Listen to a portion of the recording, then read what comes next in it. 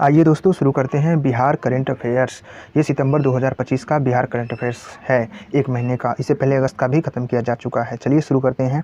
पहला है बिहार का हाल ही में पहला केबल एक्सपेंशन ब्रिज लक्ष्मण झूला का उद्घाटन किया गया है। ये किस नदी पर बना है? तो यह पुनपुन नदी पर बना है। पुनपुन नदी कहाँ? पटना में है। तो केबल एक्सपेंशन ब्रिज बिहार का पहला, इसका नाम क्या है? लक्ष्मण झूला।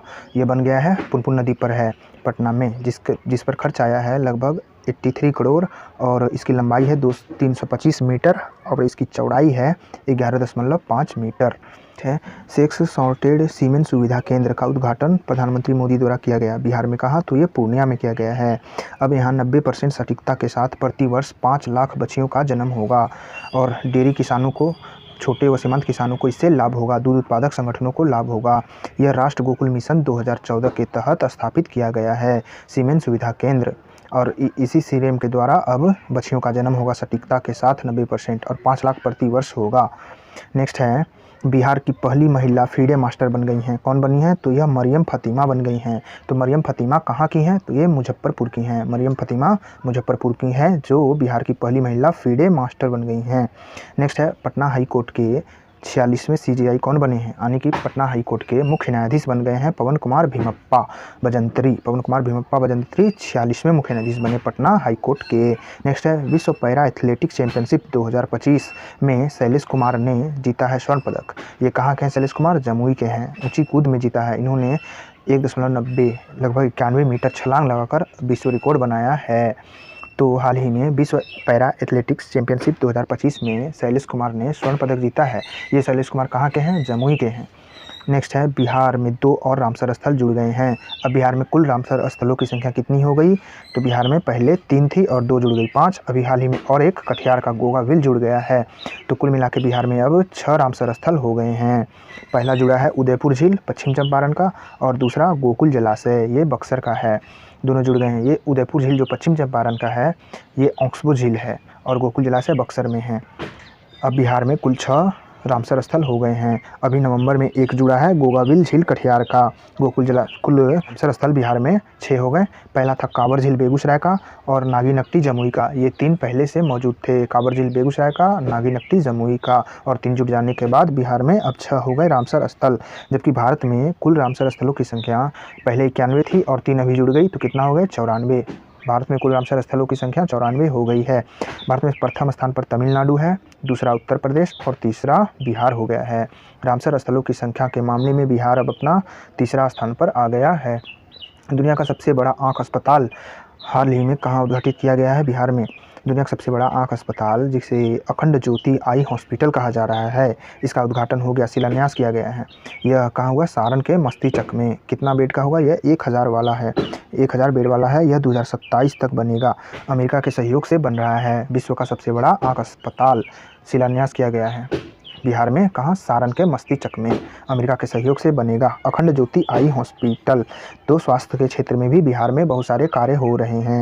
नेक्स्ट है पटना जू में गैंडों की संख्या कितनी हो गई है और इस मामले में यह देश भर में कौन सा स्थान है? प्रथम स्थान पर।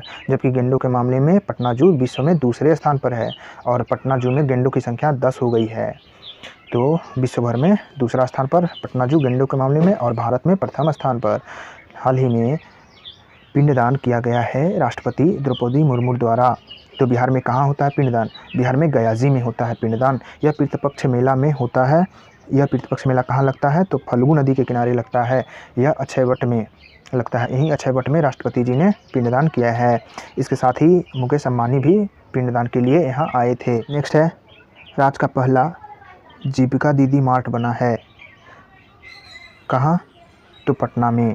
राज्य का पहला जीविका दीदी मार्ट कहाँ बना है? ये पटना में गर्दनीबाग में बन गया है। तो जीविका दीदी मार्ट पहली बार बना है। पहले जीविका दीदी हाट लगता था लेकिन अब जीविका दीदी मार्ट बन गया है। अब जीविका दीदियों को बाज़ार मिल जाएगा स्थायी रूप से और यहाँ आप सालों भर वो अपने सामानों को बेच सकेंगी, उत्पादों को। पहले नालंदा जिला में और भी अन्य जिलों में जीविका दीदी का हाट लगता था, जबकि अब अस्थायी रूप से ये बन गया है जीविका दीदी मार्ट।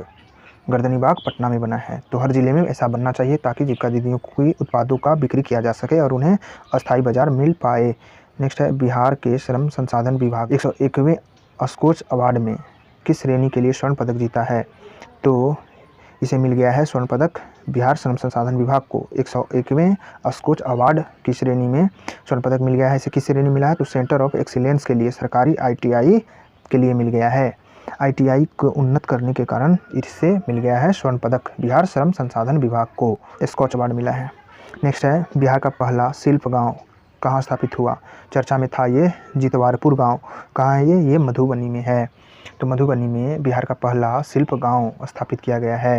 यह जितवारपुर में है। यही जितवारपुर जहाँ मिथिला पेंटिंग के बहुत से सदस्य पाए जाते हैं। यह मिथिला पेंटिंग का गढ़ है। जितवारपुर गांव में ही मिथिला पेंटिंग का गांव इसे कहा जाता है। यहाँ प्रत्येक स्तर पर मिथिला पेंटिंग मिलता है। जैसे यहाँ की जगदम्बा देवी 1975 में इन्हें पद्मश्री मिल चुका है। सीता देवी को 1980 में मिल चुका है। बउआ देवी को 2017 में पद्मश्री मिल चुका है। सभी तीनों को पद्मश्री मिल चुका है। तो जितवारपुर गांव बिहार का पहला शिल्प गांव जो मधुबनी पेंटिंग से संबंधित है, वही मधुबनी कला जहाँ है, जिला भी है मधुबनी जिला। नेक्स्ट है पूर्णिया एयरपोर्ट। हाल ही में पूर्णिया एयरपोर्ट का उद्घाटन प्रधानमंत्री मोदी जी ने चुनाव प्रचार के दौरान कर दिया है। ये पूर्णिया एयरपोर्ट 2015 में शुरू हुआ था और 25 में बन गया है। सीमांचल क्षेत्र में अब यातायात सुलभ हो जाएगा, हवाई यातायात। तो पूर्णिया एयरपोर्ट का उद्घाटन प्रधानमंत्री मोदी जी ने कर दिया है, ये बन चुका है। नेक्स्ट है राष्ट्र मखाना बोर्ड का उद्घाटन प्रधानमंत्री मोदी जी ने कर दिया है। कहाँ? ये भी पूर्णिया में ही हुआ है। 15 सितंबर 2025 को मोदी जी द्वारा इसका उद्घाटन किया गया। तो राष्ट्र मखाना बोर्ड कहाँ बनेगा? पूर्णिया में बनेगा। ये 2025-26 के बजट में घोषित हुआ था राष्ट्र मखाना बोर्ड। अब बिहार के पूर्णिया में ये बनेगा। नेक्स्ट है बिहार स्टूडेंट क्रेडिट कार्ड योजना कब शुरू हुआ था? 2016 में 2 अक्टूबर गांधी जयंती के अवसर पर 2 अक्टूबर 2016 को बिहार स्टूडेंट क्रेडिट कार्ड योजना शुरू हुआ था। इसमें 4 लाख का ऋण छात्रों को दिया जाता है 5% ब्याज पर, जबकि महिलाओं को ST/SC को 1% ही ब्याज पर दिया जाता है। अब इसे 2025 में ब्याज मुक्त कर दिया गया है। नेक्स्ट है 2024-25 में बिहार का औसत खाद्यान्न उत्पादन कितना हुआ है? तो बिहार का औसत खाद्यान्न उत्पादन 2024-25 कितना? 35 कुंटल प्रति हेक्टेयर। बिहार का औसत खाद्यान्न उत्पादन, ये बिहार का कृषि मंत्रालय ने बताया है। कुल खाद्यान्न उत्पादन इसी दौरान 2024-25 में बिहार का 249.21 लाख मीट्रिक टन हुआ है, जिसमें चावल लगभग 100 लाख मीट्रिक टन और गेहूँ 78 मीट्रिक टन हुआ है, लाख मीट्रिक टन। तो बिहार का कुल खाद्यान्न उत्पादन बढ़ा है 2024-25 में हो गया 249.21 लाख मीट्रिक टन, जिसमें चावल 100 लाख मीट्रिक टन और गेहूँ 78 मीट्रिक टन हुआ है। नेक्स्ट है सितंबर 2025 में पूर्वी एशिया शिखर सम्मेलन कहाँ हुआ? तो यह नालंदा में हुआ है। यह पूर्वी एशिया शिखर सम्मेलन पर प्रमुख सदस्यों की बैठक हुआ नालंदा में, जबकि यही पूर्वी एशिया शिखर सम्मेलन का जो 15वीं विदेश मंत्रियों का बैठक हुआ था, यह कुआलालंपुर मलेशिया में हुआ था। तो हाल ही में पूर्वी एशिया शिखर सम्मेलन कहाँ हुआ है? प्रमुखों का बैठक नालंदा बिहार में, नालंदा जिला में, जबकि इसके विदेश मंत्रियों की बैठक हुआ था कुआलालंपुर मलेशिया में। नेक्स्ट है आज़ादी के बाद पहली बार बिहार में कांग्रेस कार्य समिति का विस्तारित बैठक कहाँ हुआ?